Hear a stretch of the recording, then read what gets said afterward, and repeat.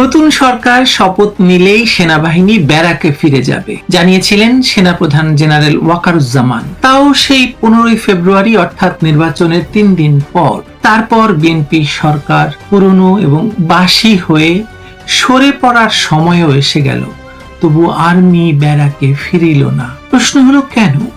তারেক রহমানের বাচাল এবং টেরিকাটা উপদেষ্টা ডাক্তার জাহিদুর রহমান বলেছেন, সেনাবাহিনী থাকায় নাকি মানুষ নিরাপদ বোধ করে, তাই সেনাবাহিনী যাচ্ছে না। তাহলে এক কাজ করলে কেমন হয়? সেনাবাহিনীর কাছে ক্ষমতা দিয়ে তারেক রহমান, জাহিদুর রহমানরা সরে গেলেই পারেন, তাতে মানুষ আরো নিরাপদ বোধ করবে, তাই না? কে বলেন?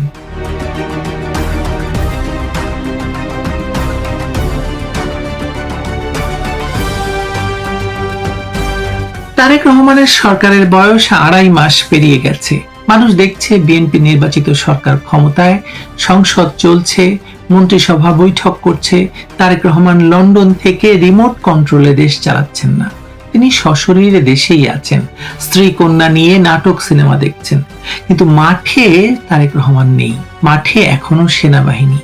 ম্যাজিস্ট্রেসি পাওয়ার আছে কি নেই সেটা আমাদের জানা নেই, কিন্তু উপস্থিতি আছে, ক্ষমতা আছে, আর সেই উপস্থিতি বলে দিচ্ছে আসল কথাটা, ক্ষমতার ভারসাম্য আসলে কোথায়। জেনারেল ওয়াকারুজ্জামান নিজেই বলেছিলেন, সংবিধান এবং বেসামরিক প্রশাসনের প্রতি পূর্ণ শ্রদ্ধা রেখে সেনাবাহিনী দায়িত্ব পালন করে এবং নতুন সরকার দায়িত্ব নিলে স্বাভাবিক নিয়মে ব্যারাকে ফিরে যাবে।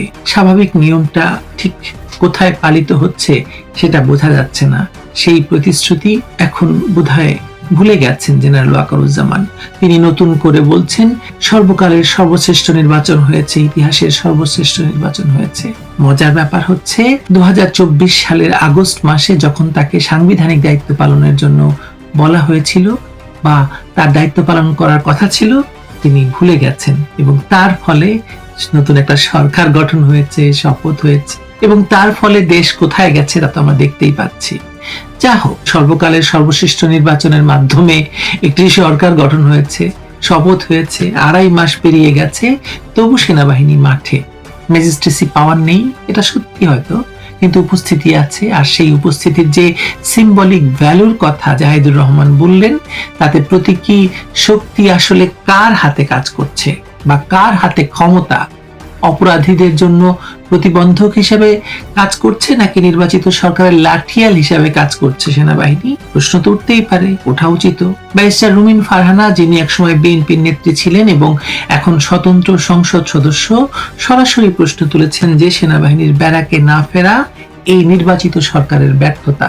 তার মতে এর পেছনে দুটো কারণ থাকতে পারে। প্রথমত, পুলিশ একটা ছোট জগন্নাথ হয়ে গেছে, ভয়ে আছে, কারণ পুলিশের ভেতরে বিরাট হত্যাযজ্ঞ হয়েছে, পুলিশ সেই হত্যাযজ্ঞের শিকার এবং পুলিশ একা আইন শৃঙ্খলা সামলাতে পারবে এই আত্মবিশ্বাস সরকারেরও নেই। দ্বিতীয়ত, সেনাবাহিনী সরে গেলে আওয়ামী লীগ মাঠে নামতে পারে, সেই ভয় বিএনপির আছে। দুটো কারণে যদি সত্য হয়, তাহলে এটা কি প্রমাণ করে না যে বিএনপির রাজনৈতিক সামর্থ্য আওয়ামী লীগকে রাজনৈতিকভাবে মোকাবেলার মতো নেই? বিএনপি আসলেই 16 বছর ছোট জগন্নাথ ছিল, এখনো তাই আছে, এখনো সেই জামায়াত শিবির এবং এনসিপির উপর ভরসা করে সরকার চালাচ্ছে, এখনো সেনাবাহিনীর উপর ভরসা করে সরকার চালাচ্ছে, নিজেদের কোনো ক্ষমতা নেই। এখানে আওয়ামী লীগের প্রসঙ্গটা আসা স্বাভাবিক। বাংলাদেশের রাজনৈতিক ইতিহাসের দিকে যদি আমরা তাকাই, তাহলে দেখতে পাই যে অবৈধভাবে ক্ষমতা যখনই দখল হয়, তখন আওয়ামী লীগের উপর সবচেয়ে বড় আঘাত আসে। 1975 সালে হয়েছে এবং ইউনূসের অবৈধ শাসন আমলেও অধ্যাদেশ জারি করে আওয়ামী লীগের কার্যক্রম নিষিদ্ধ করা হয়েছে। আর তারেক রহমানের সরকার সেই নিষেধাজ্ঞাকে সংসদে আইন করে বৈধতার দিয়েছে। এই ধারাবাহিকতা কি কাকতালীয়? না, কারণ আওয়ামী লীগ এই দেশের সবচেয়ে পুরনো এবং গণতান্ত্রিক রাজনৈতিক দল, স্বাধীনতার নেতৃত্ব দানকারী শক্তি এবং বাংলাদেশের জন্মের আগে থেকে নিয়মতান্ত্রিক রাজনীতির পথে চলা একটি রাজনৈতিক দল। এই দলকে ঠেকিয়ে না রাখতে পারলে অবৈধ ক্ষমতা দখলকারীদের টিকে থাকা কঠিন। তাই আওয়ামী লীগের বিরুদ্ধে সেনাবাহিনীকে ব্যবহারের রাজনীতিটা নতুন নয়, এটা একটা পুরনো কৌশলের নতুন সংস্করণ। চলেন একটু পাকিস্তানের দিকে তাকাই আমরা। এর আগেও পাকিস্তান সম্পর্কে বলেছিলাম, কারণ পাকিস্তান থেকে শিক্ষাটা নেওয়া না গেলে বাংলাদেশের ভবিষ্যৎটা ঠিক বোঝা যাবে না। পাকিস্তানে এখন যা চলছে তাকে বলা হয় মনির মডেল, মনির মডেলের সরকার। আসিফ মনির। গণতন্ত্রের আবরণে সামরিক নিয়ন্ত্রণ। শাহবাজ শরীফ প্রধানমন্ত্রী বটে, কিন্তু আসল ক্ষমতা ফিল্ড মার্শাল আসিফ মনিরের হাতে। সংবিধান সংশোধন করে তাকে আজীবন দায়মুক্তি দেওয়া হয়েছে, নবায়নযোগ্য 5 বছরের মেয়াদ দেওয়া হয়েছে। পররাষ্ট্রনীতি, অর্থনীতি, বিনিয়োগ, এমনকি গাজায় যুদ্ধ বন্ধের আলোচনা পর্যন্ত সবকিছুতেই সেনাপ্রধান সামনে। প্রেসিডেন্ট ট্রাম্প যখন হোয়াইট হাউসে শাহবাজ শরীফ এবং মুনিরের নাম একসঙ্গে উচ্চারণ করেন, তখন বিশ্ব বুঝে ফেলে যে পাকিস্তানে আসলে কে ক্ষমতায় আর কে পুতুল প্রধানমন্ত্রী।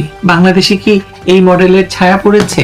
সম্প্রতি বাংলাদেশের সেনাপ্রধানও আমেরিকা ঘুরে এসেছেন এবং শোনা যাচ্ছে তিনি ব্যাপক ডিল করে এসেছেন আমেরিকান সরকারের সঙ্গে। যা রাজনৈতিক সরকার দিতে পারবে না বাংলাদেশের সেনাবাহিনী, সেটা আমেরিকার হাতে তুলে দেবে, এরকম কথাও শোনা যাচ্ছে। আপনি কি এই প্রশ্নটা উড়িয়ে দিতে পারবেন যে বাংলাদেশে পাকিস্তানের মডেলে ওয়াকারুজ্জামান গণতন্ত্র চলছে না? বৈধ ইউনূস সরকারের 1.5 বছরের সেনাবাহিনী একটি অস্বাভাবিক ভূমিকায় অভ্যস্ত হয়ে পড়েছিল। রাস্তায় টহল, ম্যাজিস্ট্রেসি ক্ষমতা, বেসামরিক প্রশাসনকে সহায়তা, এই দীর্ঘ অভ্যাস সহজে ছাড়া যাচ্ছে না।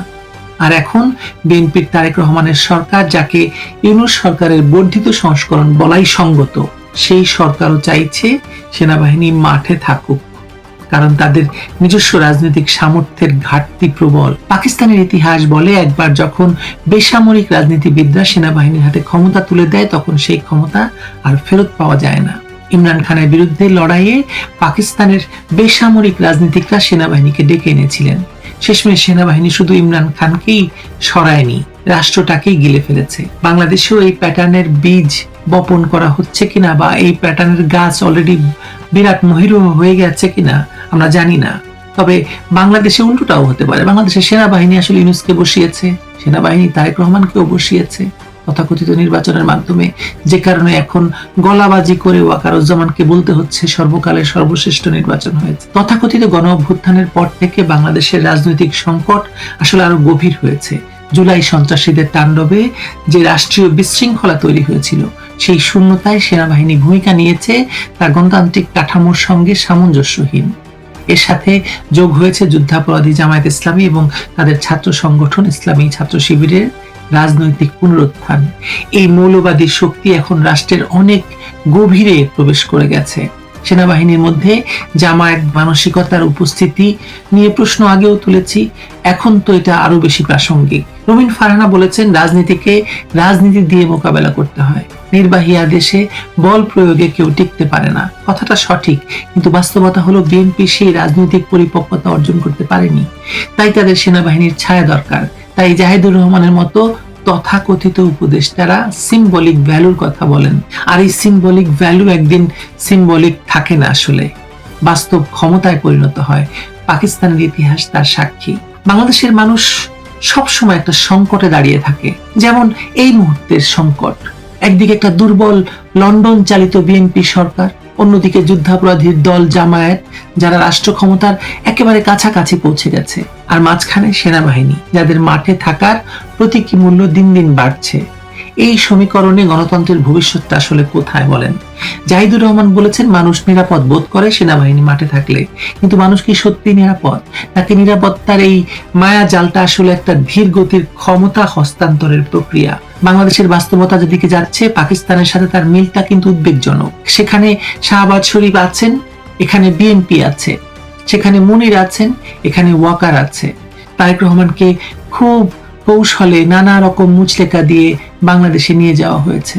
সেখানে গণতন্ত্রের মুখোশের আড়ালে সামরিক শাসন।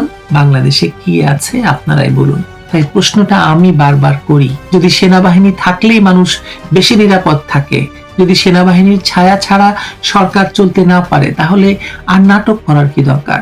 তারেক রহমান, জাহিদুর রহমান, এই বিএনপির দলবল সবাই সরে গেলেই পারে, ক্ষমতাটা সরাসরি সেনাবাহিনীকে দিয়ে দিলেই হয়।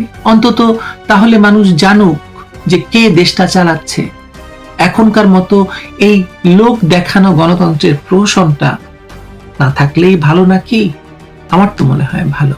কি ভালো না? ভালো থাকবেন সবাই।